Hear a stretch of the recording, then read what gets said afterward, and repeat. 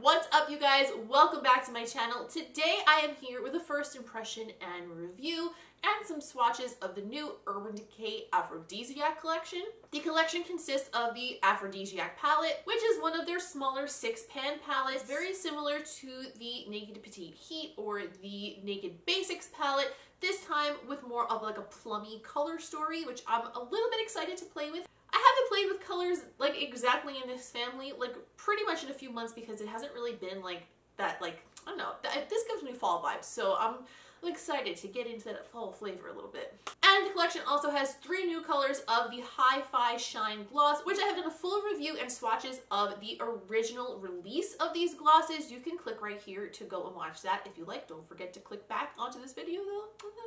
So what I'm going to do today is create a look with the new palette. I am going to do swatches of the new glosses on my lips for you guys to see.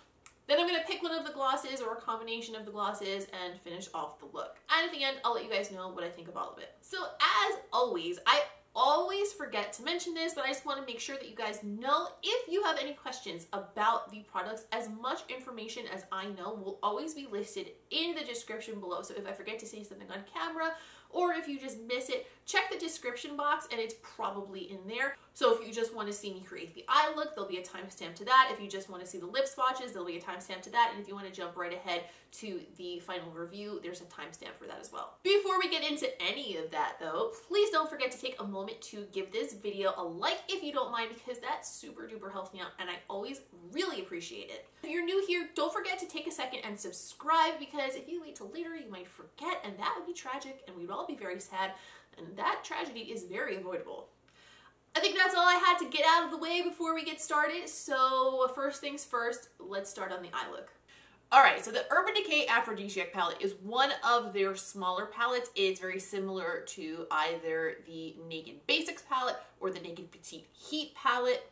It has the same type of packaging as those, it's about the same size as those, and just like those other palettes, inside it has 6 shades. So I don't have any written information that came with this about the price point of this palette or the availability. But from what I was able to find online, I found it on Temptalia, and I also did some Googling and saw that it seems to already be available on the Canadian Urban Decay site, but not on the American site. But according to Temptalia.com, which Christine always has the info for like so many years. She's like the OG. Like if you need to know something about a makeup launch, Christine knows, always. But this collection is going to be exclusive to Ulta and UrbanDecayCosmetics.com. It is going to launch at Ulta on August 5th. It will be available on the Urban Decay American website on August 27th. And the price point is going to be $29 for the palette, which is the same as the other palettes of this size from Urban Decay, and $20 for each of the Hi-Fi glosses, which again is the regular price for their Hi-Fi Shine Gloss. So for this look today, I'm not even sure what I'm going to do, to be honest. I'm just going to go in there and wing it, see what happens. One thing I do have to give Urban Decay a lot of credit for, when they make these small 6-color palettes, they're like a color moment each. They're either neutrals or they're like orangey, like fiery colors, and in this case, obviously, it's kind of like a plum tone, but with there still being like a little bit a moment of a color, there are shades in here that you can make a complete look. So they kind of put the thought into that, and I appreciate that because I don't like having to dip into other palettes to get the look that I want when I want it from this palette. Do you know what I mean? I'm going to use the Urban Decay Primer Potion in the color Eden. I find that it keeps my eyeshadows vibrant, my eyeshadows don't move throughout the day, and everything applies really nicely over it. So this is my go-to. I don't like to include the process of priming my eyes in my videos because I feel like it takes up too much time and it's not necessary, but I thought that maybe I would fill you guys in on how I'm priming my eyes before I start from now on, because sometimes that does affect the way eyeshadows work, and you know, that way if you guys have a different experience and you're like, I don't know why it's different, maybe that's a place that you could start, you know? So I'm just gonna prime my eyes and we're gonna zoom in and start playing with the colors in this palette. I have literally no idea what I'm gonna do with this, but off we go. To start the look, I am going to go in with the color Beyond on a MAC 217 brush. I am going to put that through my crease area and then blend it out.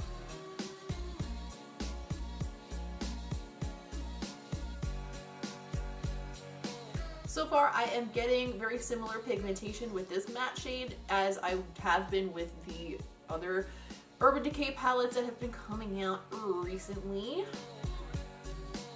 Honestly, Urban Decay's really been killing it this year. I know I seem like a bit of an Urban Decay fangirl, but I mean, maybe I am. I'm actually really impressed with how that just blended out because it managed to blend nicely along the edge and really not lose a lot of the color that I put down. I'm also just flicking that crease shade out toward my eyebrow because I'm going to create a little bit of a wing shape with this look, and I would like it to reflect that. Next, I'm going to pick up a MAC 268S brush. This is just a large angled brush. And I'm going to dip it a bit into the shade Whiplash and start to create just a wing shape on the upper lid by stamping that down.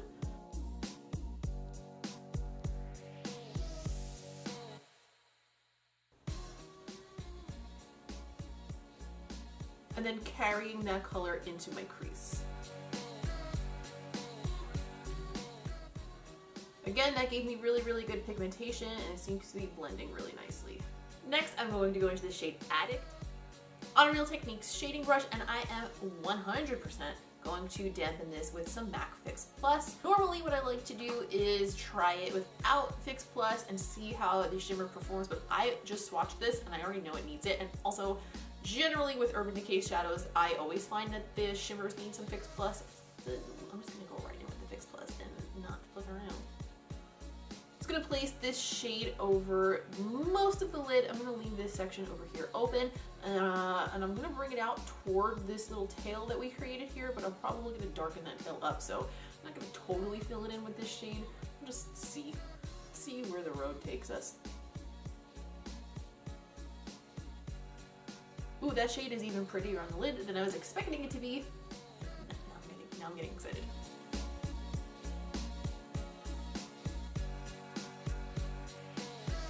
This shade is giving me a little bit of fallout, but nothing too bad. Now I'm gonna go back into Whiplash on a pencil brush and deepen up that outer portion of that V that we created.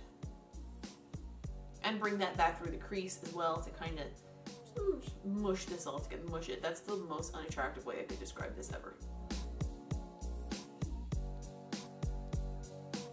Next, I'm going to pick up the shade Night Fever on a Sigma E30 pencil brush. I'm going to put that on the inner portion, wetting it with Fix Plus again.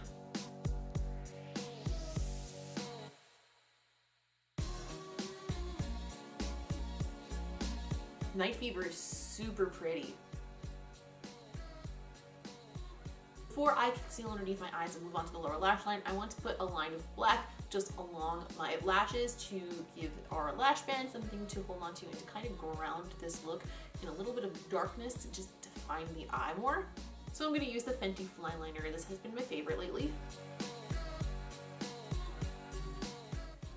And I'm not going to wing this out. I'm just going to literally line the upper lashes and then have it meet in the end where it gets dark. I went ahead and concealed underneath my eyes with the Too Faced Born This Way Ultra Mega Super Duper Uber Coverage Concealer, which I've been using a lot lately. I know when I reviewed it, I liked it, but I said that I wasn't going to be using it all the time because I don't usually use such full coverage, but I really like the way it sits on my skin.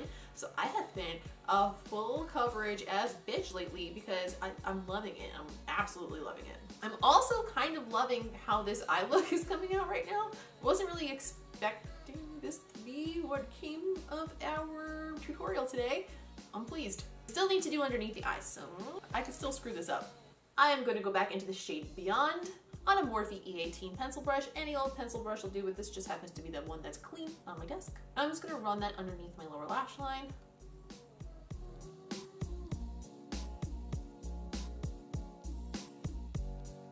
Next, I'm going to pick up that MAC 268S brush again and some more of the color Whiplash. I'm just going to stamp that underneath the outer portion of my lower lash line, connecting it into the wing on the top.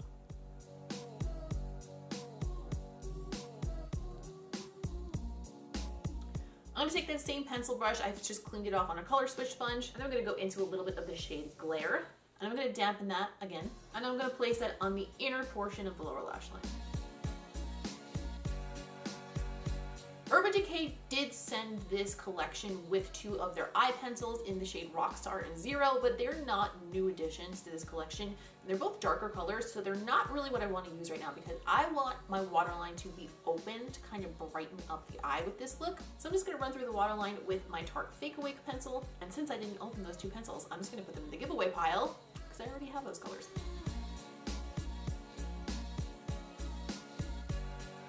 I'm gonna go finish off the other eye, pop on some lashes and some mascara, and then we will move on to testing the 3 glosses that came in this collection. Okay, I just popped on the House of Lashes Juliette lashes. I like the way these lashes kind of lend themselves to any kind of a winged look. They're my go-to winged look lashes. Now I'm gonna swatch all 3 of the lip glosses without any liner underneath them, and then I'm going to choose which one I think goes best with this look. I'm gonna put a My Lips But Better liner on with it, and then that's how we're gonna finish this face. The 3 glosses in this collection are Aphrodisiac, Ghosted, and Tongue Tied. Let's try them on.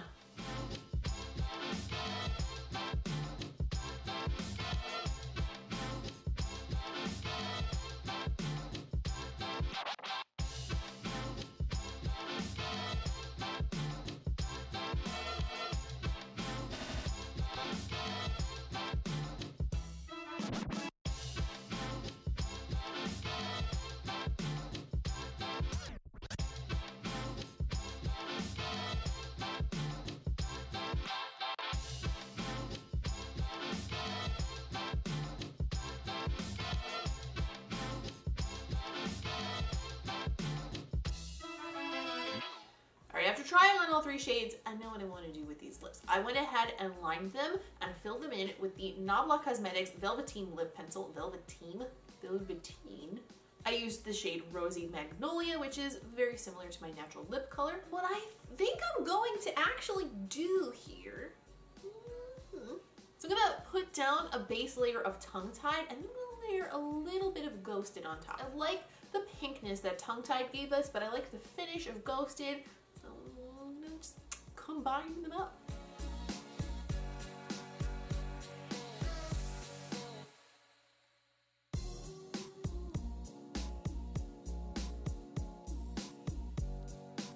Ghosted has these really pretty little glitter particles in it, but you can't really see them from that far away, which is kind of a good thing because it's fun, but it doesn't look too juvenile for my taste. I'm gonna get really close up to the camera though, like obnoxiously close, to see if you guys can see it though.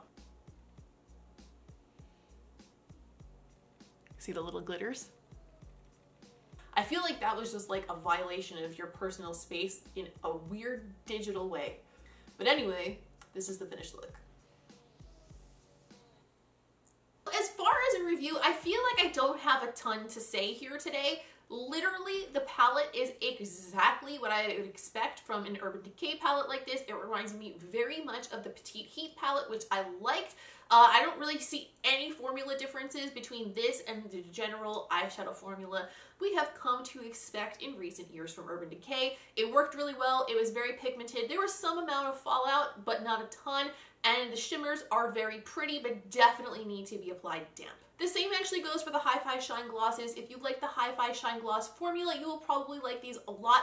One thing I do have to say is that they are a lot more subtle looking on the lips than they are in the containers, which you probably noticed during the swatching portion of this video. That is not necessarily a bad thing. You should just know before you go purchase it, because if you're expecting a really vibrant color and you get something very sheer, you might be disappointed. Personally, for me, these actually wind up being more wearable while still being interesting, and I haven't really experimented too much with this, but I would imagine that they would look a lot more impactful with the way they have color shifts and a little bit of a hollow glitter that's in Ghosted. They would definitely show up more if you put it over like a dark shade of liquid lipstick, so you could definitely play around with that. But if you are looking for a gloss that has a lot of color impact, probably not going to find it in these. Although the shade Tongue Tied was very kind of pinkish on the lips, and I really like the effect. Actually, this one might have been my favorite, which I didn't expect. I thought that Ghosted was going to be my favorite. So there you go. That's why we swatch things, because you just never know.